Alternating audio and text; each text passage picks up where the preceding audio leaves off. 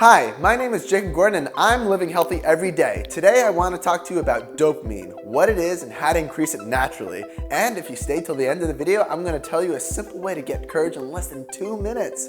So here we go. First, let's talk about depression. Depression has many forms and causes, such as oxidative stress on the body and deficiencies in the body. It can make you feel tired and weak and sad and helpless.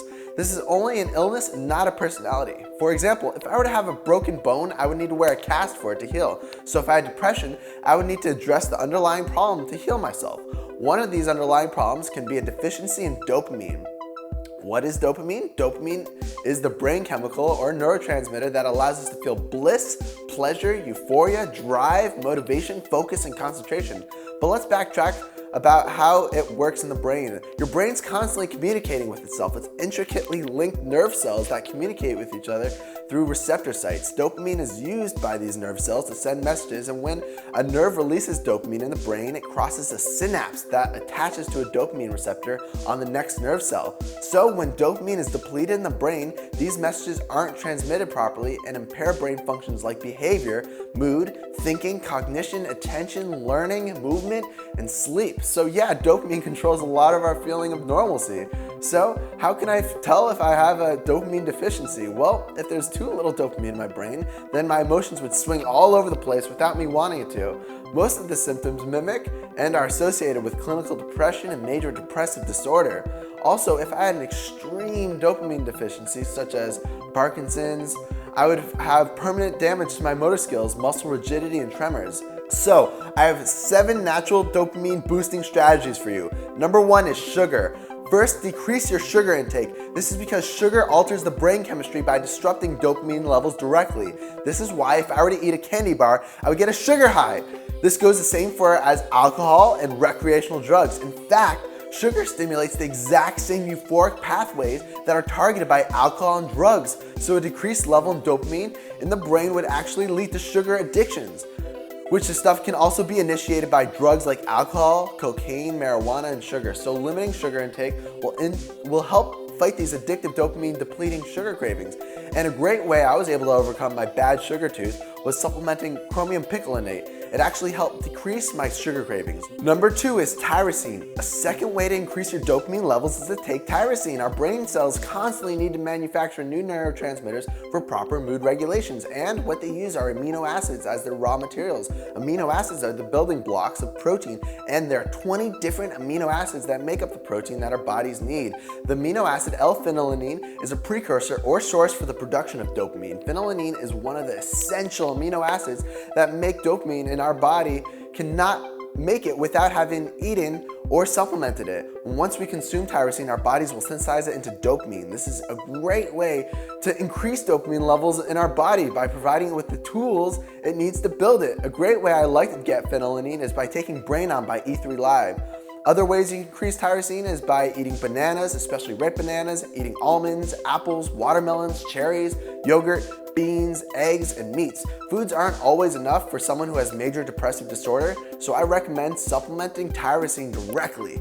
Number 3, and here it goes, a third way to increase dopamine levels is to, get ready for this, decrease caffeine intake. Yes, coffee and caffeine products, just like sugar, even though coffee will give you a fantastic energy boost, it's actually doing more harm than good. After I drink coffee and I feel that great initial kick of caffeine, the dopamine in my body decreases. So the best way to fix this is to cut out caffeine. I've cut out caffeine in my diet and I feel full of energy, and that is from my choice. Number 4, set a routine. I set a routine schedule with adequate time for work and rest. Ideally, it's best to get 7 to 8 hours of sleep at night in combination with periods of physical activity like HIIT or HIIT. This is high intensity interval training and high intensity strength training.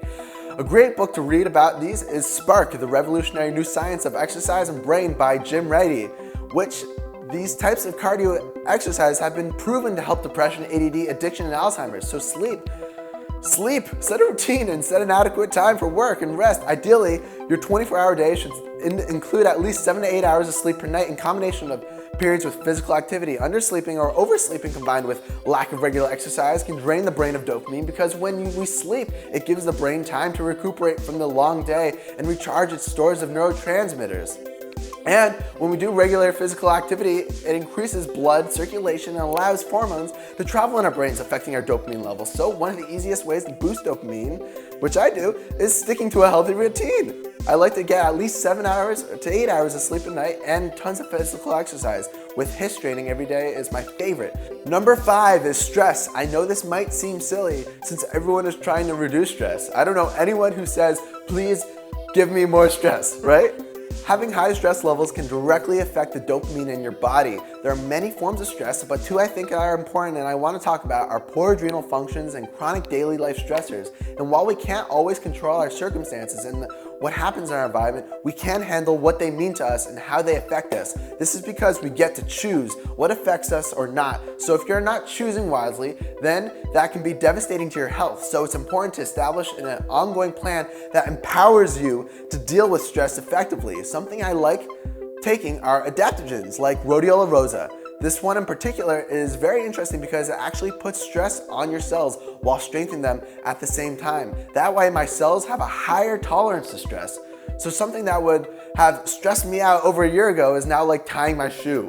Number 6 is magnesium. Over half the US population has a magnesium deficiency. This comes from a diet high in junk foods and processed foods. Low magnesium levels are associated with low dopamine. Some of the symptoms that are felt with magnesium deficiency are associated with food cravings of salt and carbs, constipation, high blood pressure, rapid heartbeats or palpitations, muscle pains and spasms, fatigue, headaches and depression, symptoms such as mood swings, irritability, and anxiety.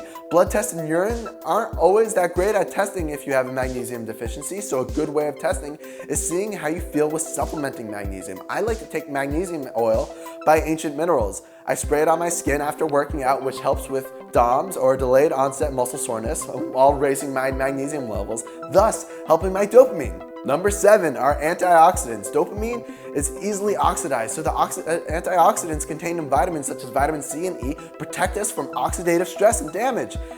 For this, I recommend taking a multivitamin or at least taking vitamin C. I like to take 1,500 milligrams of vitamin C every day, separated over the course of the day, which is 500 milligrams at breakfast, lunch, and at dinner. Another great antioxidant I like to take is Maitake mushroom. The brand I take is Mushroom Wisdom. So there you have it, 7 surefire ways to beat the lousy feeling caused by dopamine deficiency. Thanks for watching, guys, and since you stayed around till the end, I'm now going to tell you a very simple way to get courage whenever you need it. Dr. Amy Cuddy, a social psychologist, did research on the human body and revealed that we can change other people's perceptions and even our own body chemistry simply by changing our body's positions. There are a few moves that I like that if you stand like this, I'll show you in a second, actually increases testosterone and cortisol levels in the brain, which in turn vastly strengthens your confidence. So what you want to do is a power pose. That's anything that spreads your arms wide, such as a superwoman, or wide like this. If you hold this for 2 minutes, you're going to feel very confident. If you do this before an interview or going on a date, you're going to have great impact on your success. Thanks, guys, for watching, and if you haven't yet subscribed, please do so below or on my Facebook page. And if you're dedicated to jumpstarting your life and getting healthy fast, then head over to my website, livinghealthyallday.com, to sign up for a free guide on how to build your adrenals with proper diet and supplements. That's all for this video, and have a fantastic day and stay beautiful.